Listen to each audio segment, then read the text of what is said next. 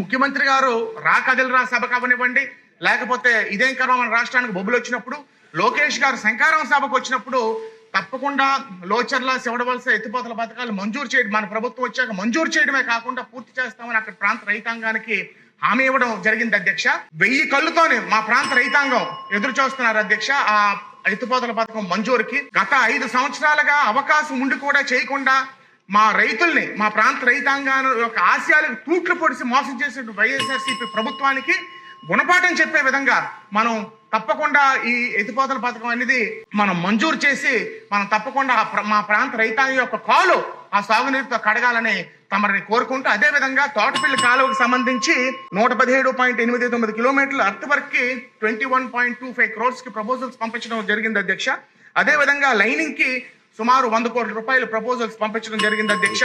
దయచేసి అవి కూడా మంజూరు చేస్తే చివరి వరకు కాదు, మీరు ఇంకా ఎక్సెస్ స్థాయి కట్టించుకున్నా నీరు లభ్యత ఉంటుందని తమ ద్వారా తెలియజేసుకుంటూ, గౌరవ సభ్యులు అడిగినటువంటి విధంగా లోచర్ల లిఫ్ట్ స్కీము 16.41 కోట్లు, అదేవిధంగా సేవాడ వలస లిఫ్ట్ స్కీము 22.95 కోట్ల రూపాయలతోటి ఆ రోజు జనవరి 2019న 80-81 జీవోల ద్వారా ఆ రోజు శాంక్షన్ ఇవ్వడం, అదేవిధంగా టెండర్లు పిలవడం కూడా జరిగింది అధ్యక్ష. అయితే 2019లో ప్రభుత్వం మారిన తర్వాత, వైఎస్ఆర్సీపీ ప్రభుత్వం వచ్చిన తర్వాత ఈ పనుల్ని రద్దు చేసినటువంటి పరిస్థితి అధ్యక్ష. గత 5 సంవత్సరాల్లో కూడా ఈ పనుల్ని మళ్ళీ రద్దు చేయడంతో ఏ విధంగానూ కూడా ముందుకు వెళ్ళలేనటువంటి పరిస్థితి అధ్యక్ష.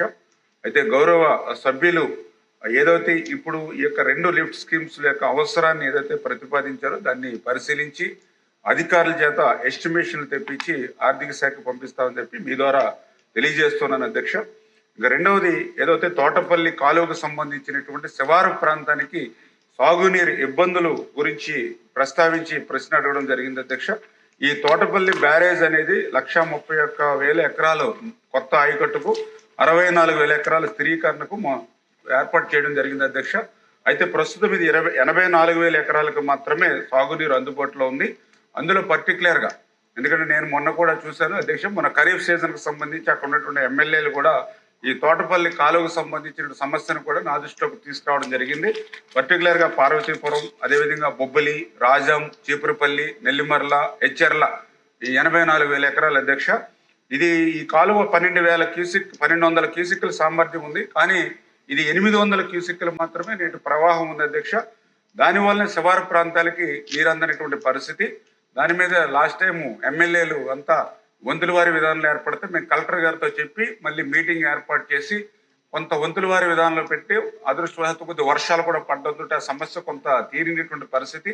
దీని మీద మేము కూడా ఆలోచన చేసి ఈ 1200 క్యూసిక్ల నీరు 800 పోతుంది కాబట్టి దీనికి కారణం ఏంటని చూస్తే డీసెల్టేషన్. అంటే గత 5 సంవత్సరాల్లో ఒక్క రూపాయి కూడా డీసెల్టేషన్ ఖర్చు పెట్టకపోవడం వల్ల ఈ ప్రాబ్లం వచ్చింది. దయవుంచి మీ ద్వారా కూడా గౌరవ సభ్యులు కూడా కోరుతూ ఉన్నాం, మన ప్రభుత్వం వచ్చిన తర్వాత డీసెల్టేషన్ సంబంధించి 4.70 లక్షలు, అదేవిధంగా 67 లక్షలు, అంటే మొత్తం 5,40,00,000 రూపాయలు ఇచ్చాం మనం డీసెల్టేషన్. కానీ అక్కడ పనులు చూస్తే 2.98 మాత్రమే చేశారు, ఇంకా బ్యాలెన్స్ అమౌంట్ ఉంది. గౌరవ శాసనసభ్యులు కూడా ఆ పనులు బ్యాలెన్స్ పనులు కూడా పూర్తి చేయించుకోవాలని, అక్కడ ఎవరైతే కాంట్రాక్టులు 30% లెస్ పనులు చేయట్లేదు వాళ్ళ కూడా మీద కూడా మా డిపార్ట్మెంట్ పరంగా కూడా ఒత్తిడి తీసుకురామని బ్లాక్ లిస్ట్ లో పెట్టమని కూడా చెప్పడం జరిగింది అధ్యక్ష. రెండవది ఆఖరిగా సభ్యుల యొక్క ఏదైతే ఈ యొక్క 6 కాన్స్టిట్యున్సీల యొక్క అభిప్రాయం దృష్టిలో పెట్టుకునే ఇప్పుడు ఏదైతే డీసిల్టేషన్ కోసం 21 కోట్లు అడిగారు అధ్యక్ష, అదేవిధంగా ఏదైతే సీసీ లైనింగ్ కోసం 99 కోట్లు అడిగారు అధ్యక్ష. తప్పనిసరిగా ఇది ఈ ప్రతిపాదనను ఆమోదించి ఆ సమస్య తీర్చేటువంటి విధంగా పరిష్కారం చేస్తాం అధ్యక్ష.